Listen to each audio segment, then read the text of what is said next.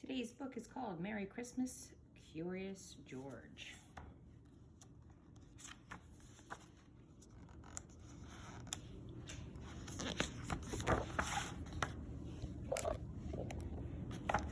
This is George. He lived with his friend, the man with the yellow hat. He was a good little monkey and always very curious. Today, George was visiting the tree farm. "You can help me pick out the perfect Christmas tree for our home," his friend told him. "Now keep close to me while we look." George promised to be good, but little monkeys sometimes forget.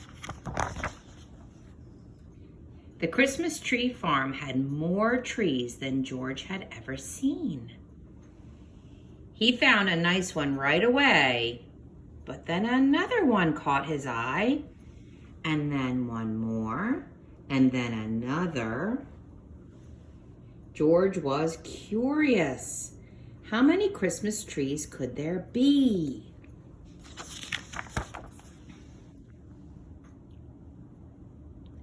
George could not resist climbing up the tallest tree to get a better view. He looked for the man with the yellow hat, but his friend was nowhere in sight. Two men tromped into the clearing. "There's our tree," one man told the other. The men cut down the tree and loaded it into their truck. "Along with George." George held on tightly. He saw the man with the yellow hat as the truck drove away. But the truck was going too fast and George could not jump off. He was scared, but still a little curious. Soon the truck stopped in front of a hospital. George peeked out of the branches as the men carried the tree inside. The hospital was a busy place. George jumped out of the tree. There was a lot here to see and do. He looked at some interesting pictures. He found a jacket and tried it on. He played on a trampoline.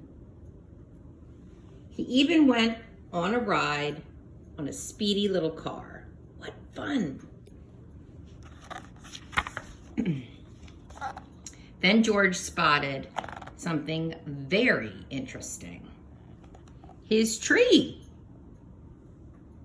George knew that the Christmas tree was supposed to have tinsel and twinkling lights and shining ornaments, but this tree looked empty. George thought and he thought, and then he had an idea. Next, George noticed a pile of gifts in the corner of the room. The gifts looked pretty, but George was curious. Could he make them look even prettier? This red bow would look much better on a green box. And the name tags might look nicer on different packages too. A nurse arrived, and what did she see?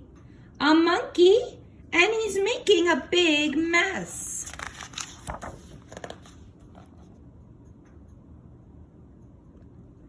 A group of children crowded around the nurse. They were all patients at the hospital. Even though it was almost Christmas, the children were not smiling or looking happy.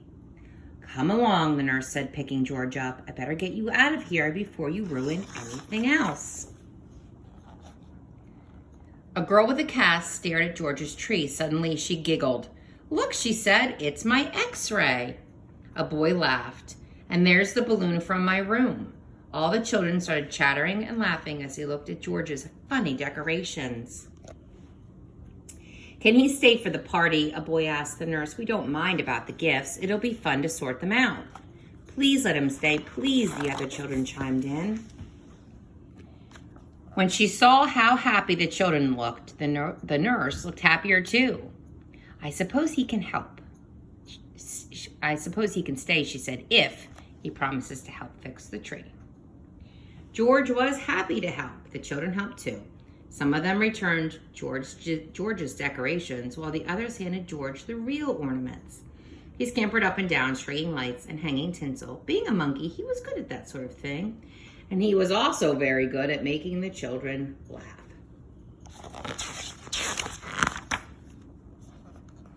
When the tree was finished, George helped open the gifts. He was having such a good time, he completely forgot he was lost. Until the man with the yellow hat hurried into the room. There you are, George, he cried. I followed the truck all the way here. George was very happy to be reunited with his friend, and the nurse invited them both to stay for milk and cookies. Ho, ho, ho. Did someone mention milk and cookies? A man in a red suit walked into the room. His belly was jiggling. He was holding a beautiful golden star. George's eyes widened. It was Santa Claus. Who would like to put the star on top of the tree? Santa asked. George, the children cried at once. Let George do it. George scurried up the tree one last time, and he put the golden star in place carefully. Merry Christmas, Curious George.